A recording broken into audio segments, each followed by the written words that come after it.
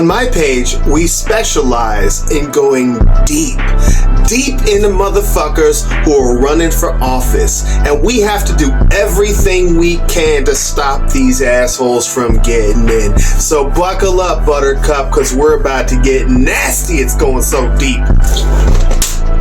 Today's contestant is James Fishback. What do you know about James Fishback? Come with me as we go inside with no Vaseline. Hey, stop clenching. Stop clenching. I feel you clenching. Let's start from the very beginning. James Fishback went to Georgetown University, and he did not graduate. He left before he could. So don't let yourself think that this guy is some kind of college graduate, because he's not. But he was a high school debate competitor, and he was very good at that. He started building his public profile in 2019 when he started Incubate Debate, a debate organization for high school and middle school students.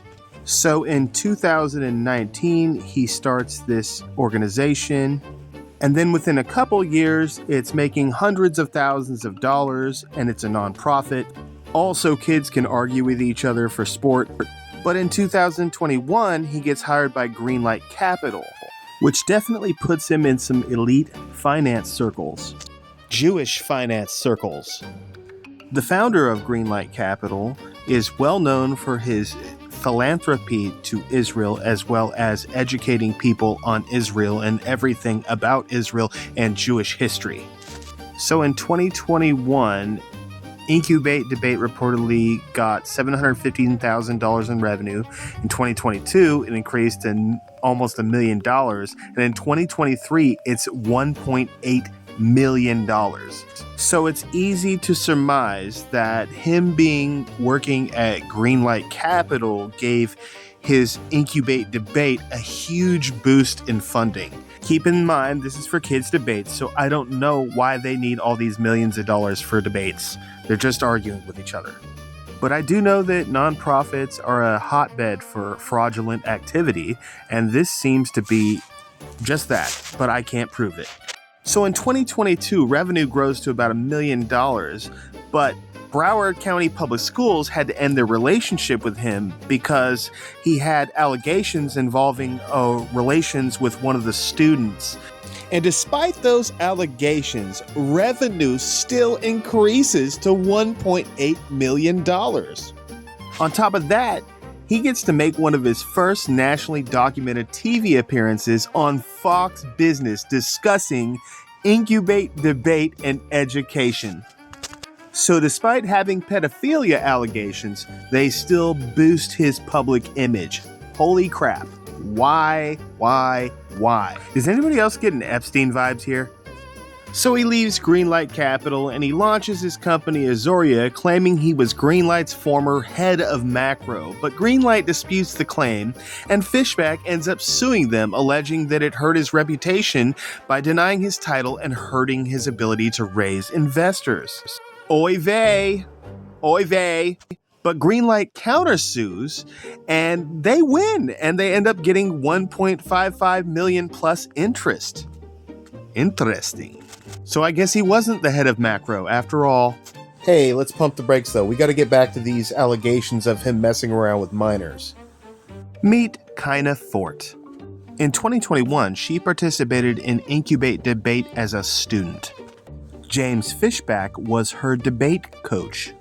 She was 17, he was 27. And he had a moral and legal duty not to become sexually or romantically involved with her. In 2022, Kina Fort alleged that Fishback began a secret romantic relationship with her while she was 17 and he was 27, and Fishback has consistently denied this, stating the romantic relationship did not begin until she turned 18. But right after she turns 18, she moved into his house. So how does that make any sense? They even got engaged. In 2024, they break up and the engagement ends. January 2025, Fort files for a protective injunction alleging harassment after the breakup and repeating her allegation that the relationship began when she was 17. The protective injunction didn't go through, she never got it, and Fishback denied everything. There are emails between the two that you can find online that are talking about their whole saucy breakup and all that stuff. But one of the things that kind of caught my attention was that James actually hired her, and she was working for Incubate Debate. He was totally entangling the professional aspects of their relationship on top of the whole minor thing. I have to be really careful about what I say because I don't want him to sue me. He might have to bust out an oy vey on me or something, So I'm just going to tell you that all the juicy details are online, and there's pictures of the emails and there's pictures of everything. That way I don't accidentally say some kind of defamatory hearsay that I don't want to get involved with. But let's move on. In January 2024, James attempted to use his connection with Clay Yarborough to get him to sponsor a request for $850,000 from state funding for Incubate Debate. They already had millions of dollars, and he was asking for more money, and this Clay Yarborough guy was helping him try to get it. I think it's really important to highlight that Clay Yarborough is a Zionist. Yarborough explicitly declared the Florida legislature stands with Israel. He participated in pro-Israel rallies alongside other state and local leaders to condemn anti-Israel activities and terrorism. He also supported anti-BDS legislation. This guy is a major Zionist, and he has had his hand in all of the activities, giving them extra rights, pushing their narratives in our school systems, and he is just complete Zionist trash. So why is he helping James if James isn't from the same ilk? And why does he need more money? This guy just can't get enough money for his debate students. I just will never understand that. Let's move on and talk about the assets that are getting seized from James. As of 2026, a federal judge ordered James to turn over all of his stock and shared certificates in Azoria Capital to the U.S. Marshals Service. 43 items of personal property that could be used to satisfy Greenlight's judgment, so just luxury items of some kind. A Tesla Model 3, Azoria Capital stock certificates, a Cartier watch purchased for about $7,500, but Fishback told the court it had been a gift and that he no longer had it. 2 bank accounts which Greenlight sought information about during collection proceedings. And he still owes more! This college dropout even tried to take Rubio's seat. How does somebody so irresponsible get so far in life? Well, the answer is you have friends like Vivek Ramaswamy. You're in with all the billionaires, and every last one of them is a Zionist. And before you tell me Vivek is not a Zionist, you have to understand that he's opposing a 2-state solution, and that is the most Zionist thing somebody can do. Because without a 2-state solution, that means that they get to continue their genocide.